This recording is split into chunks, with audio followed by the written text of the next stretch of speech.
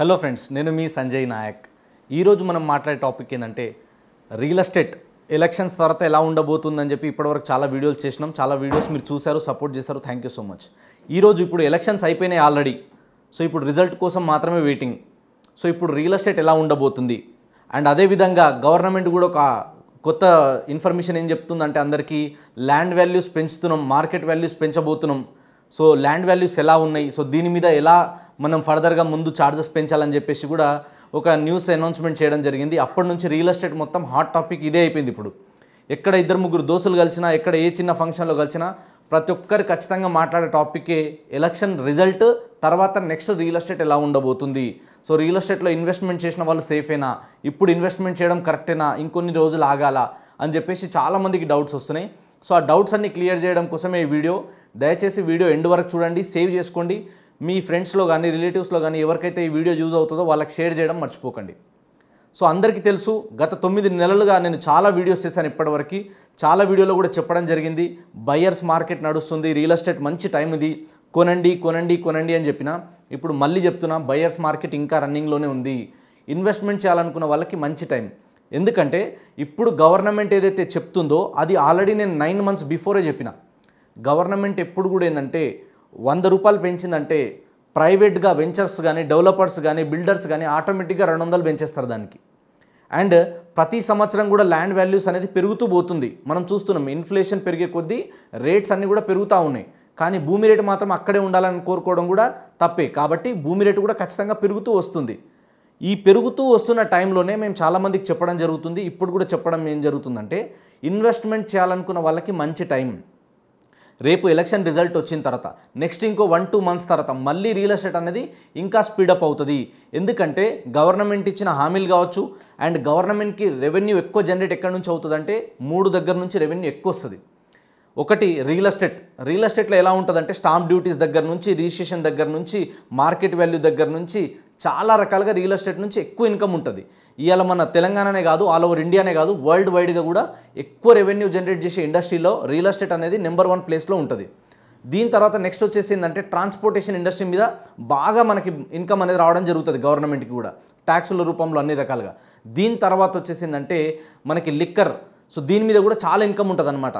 కాబట్టి ఈ మూడిటికి కూడా ఎప్పుడు కూడా ఏంటంటే అద్భుతమైన రిటర్న్స్ వస్తాయి. మంచి దాంట్లో ఎవరైతే ఈ గవర్నమెంట్ సంబంధించిన వాళ్ళకి మంచి రెవెన్యూ జనరేట్ అవుతూ ఉంటుంది అనమాట. అందుకని చెప్పేసి ఈ 3 ఇండస్ట్రీలకు ఎప్పుడు తిరుగులేదు. సో రోటీ, కపడా, మకాన్ ఇది అందరికీ తెలుసు.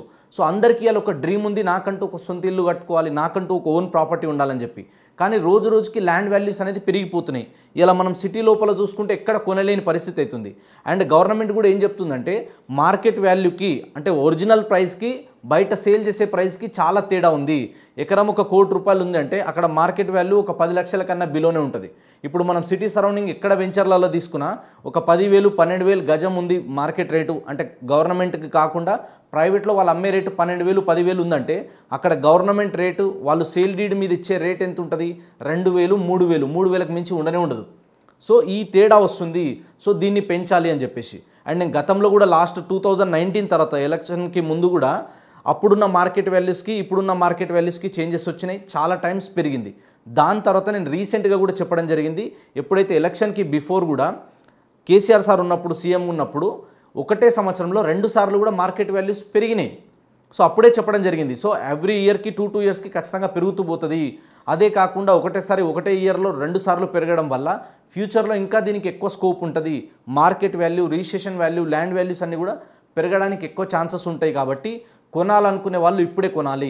లేట్ చేసే కొద్ది ఏమవుతుందంటే గవర్నమెంట్ ఇప్పుడు మార్కెట్ వాల్యూలో మనకి 7.5% ఏదైతే రిజిస్ట్రేషన్ ఛార్జెస్ ఉందో ఇది పెంచుతుందా, లేదంటే మార్కెట్ వాల్యూ గవర్నమెంట్ రేట్ ఏదైతే 10 లక్షలు, 20 లక్షలు ఉందో, కోటి రూపాయలు సంబంధించింది, దీన్ని పెంచుతుందా, ఎంతవరకు పెంచుతుంది.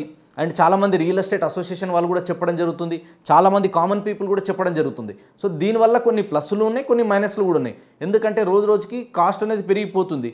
సో దీనివల్ల ఏంటంటే కొనాలనుకునే వాళ్ళు కూడా కొందరు ఆగడం, ఇంకోటి ఏంటంటే ముందు కొన్న వాళ్ళకి కొంచెం బెనిఫిట్ ఉండడం, ఇంకోటి ఏంటంటే దీనివల్ల మనకి లీగల్గా కూడా ఫ్యూచర్లో ఎలాంటి ఇష్యూస్ లేకుండా, సో మార్కెట్ వాల్యూస్కి దీంట్లో గ్యాంబ్లింగ్ లేకుండా అంతా కూడా ట్రాన్స్పరెన్సీగా ఒక సిస్టమేటిక్ వేలో కూడా మనకి ఇన్కమ్ జనరేట్ అయ్యే విధంగా, సో లీగల్గా అన్నీ క్లియర్ అయ్యి ఉండే విధంగా కూడా గవర్నమెంట్ ప్లాన్ చేస్తుంది. బట్ రిజిస్ట్రేషన్ ఛార్జెస్ కొన్ని తగ్గించడం లాంటిది చేస్తే ఇంకా ఫ్యూచర్లో అంటే కొత్తగా ఎవరైతే ఇన్వెస్ట్మెంట్ చేద్దాం అనుకుంటున్నారో ల్యాండ్లో ఎవరైతే ప్లాట్స్ కానీ ఇల్లు కానీ అపార్ట్మెంట్స్ కానీ కొనాలనుకున్న వాళ్ళకి ఈ ల్యాండ్ రిజిస్ట్రేషన్ కాస్ట్ అనేది ఇంకా చాలా బరువు అనిపిస్తుంది. ఎందుకంటే ఇక్కడ మనం ప్రాపర్టీ మీద పెట్టే ఇన్వెస్ట్మెంట్ ఒక లెక్క అయితే రిజిస్ట్రేషన్ కోసం గవర్నమెంట్ కట్టేది ఎక్కువ ఉంటుంది.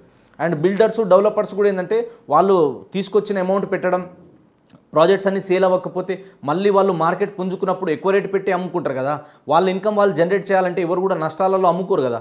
సో రియల్ ఎస్టేట్ ఇండస్ట్రీ మీద చాలామంది ఆల్రెడీ చెప్పడం జరుగుతుంది కూడా. సో గవర్నమెంట్ కూడా దీని మీద ఒక మాస్టర్ ప్లాన్ రెడీ చేసి ఇంకా ఇన్ ఫ్యూచర్లో దీన్ని క్లియర్గా తీసుకొచ్చి ఇంకా ఎక్కడెక్కడైతే లూప్ హోల్స్ ఉన్నాయో రియల్ ఎస్టేట్లో చాలా వరకు ఇంకా ఉన్నాయి. సో వాటన్నిటిని కూడా మనం క్లియర్ చేస్తే కనుక సో రాను రాను రియల్ ఎస్టేట్లో ఇంకా గ్రోత్కి ఎక్కువ ఆపర్చునిటీస్ ఉన్నాయి. అండ్ రీసెంట్గా 2-3 రోజుల క్రితం కూడా చూసుకుంటే ఏవైతే హైదరాబాద్లో జరుగుతున్నటువంటి మీటింగ్స్లలో కావచ్చు, గవర్నమెంట్ తీసుకునే డెసిజన్లలో కావచ్చు, ఒక విషయం క్లియర్గా ఏం చెప్తున్నారంటే నారెడ్కో కానీ నైట్ ఫ్రాంక్ అనే ఏవైతే సంస్థలు ఉన్నాయో వీళ్ళు కూడా క్లియర్గా ఏం చెప్తున్నారంటే నెక్స్ట్ 10 years రియల్ ఎస్టేట్కి అద్భుతంగా ఉండబోతుంది. కొనాలనుకునే వాళ్ళకి మంచి టైం ఇది, ఈ టైంలో ఇన్వెస్ట్మెంట్ చేయాలి, వెయిట్ చేస్తే ఫ్యూచర్లో ఎక్కువ రిటర్న్స్ వస్తాయి. ఇమ్మీడియట్గా ఇప్పటికిప్పుడే ఇన్వెస్ట్మెంట్ చేసి 1 yearకే 2 yearsకే డబల్ ట్రిపుల్ అయిపోవాలని చెప్పేసి ఇలాంటి వాటిలలో ఇలాంటి స్కీమ్లలో మీరు తొందరపడి ఇన్వెస్ట్మెంట్ చేయకండి. రోజు రోజుకి హైదరాబాద్లో కొత్త కొత్త కంపెనీస్ వచ్చి ఇలా మోసాలు చేయడం కూడా ఒక ట్రెండ్ అయిపోయింది.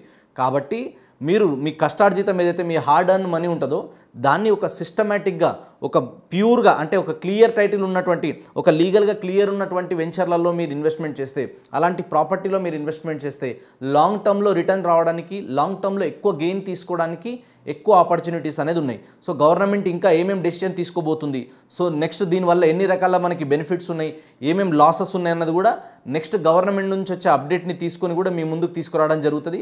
సో మీకు రియల్ ఎస్టేట్ రిలేటెడ్ ఫర్దర్గా ఏ డౌట్స్ ఉన్నా, ఎక్కడ ఇన్వెస్ట్మెంట్ చేయాలి, ఎలాంటి లొకేషన్లో ఇన్వెస్ట్మెంట్ చేయాలి, ఏ ప్రైస్లో కొనాలి, ఎంత టైం వెయిట్ చేస్తే మంచి రిటర్న్స్ వస్తాయి, మీరు మార్కెటింగ్ టీంలో ఉండే మార్కెటింగ్ అడ్వైజర్స్ కావచ్చు, తర్వాత వచ్చేసి మీరు ఇన్వెస్ట్మెంట్ చేసే ఇన్వెస్టర్స్ కావచ్చు, కస్టమర్స్ కావచ్చు, మీకు రియల్ ఎస్టేట్ పరంగా ఏ డౌట్స్ ఉన్నా మాకు ఒక్కసారి కన్సల్ట్ అవ్వండి. నాకు తెలిసిన విషయాలన్నీ మీకు చెప్పడం జరుగుతుంది. నాకు తెలియని ఉంటే మేము తెలుసుకుని మరీ మీకు అప్పచెప్పడం జరుగుతుంది ఖచ్చితంగా. సో సాటిస్ఫై అవుతారు మీరు వచ్చి, మీరు ప్రాజెక్ట్స్ చూసిన తర్వాత మీ డెవలప్మెంట్స్ అన్నీ ఇక్కడ బాగుంటాయా లేదా అనేది తెలుసుకున్న తర్వాత ఇన్వెస్ట్మెంట్ చేయగలిగితే అద్భుతమైన రిటర్న్స్ వస్తాయి. సో నేను మీ Sanjay Nayak. Thank you so much. Full details కోసం 9502682042 అనే నెంబర్ కాల్ చేయండి. Sanjay Nayak signing of.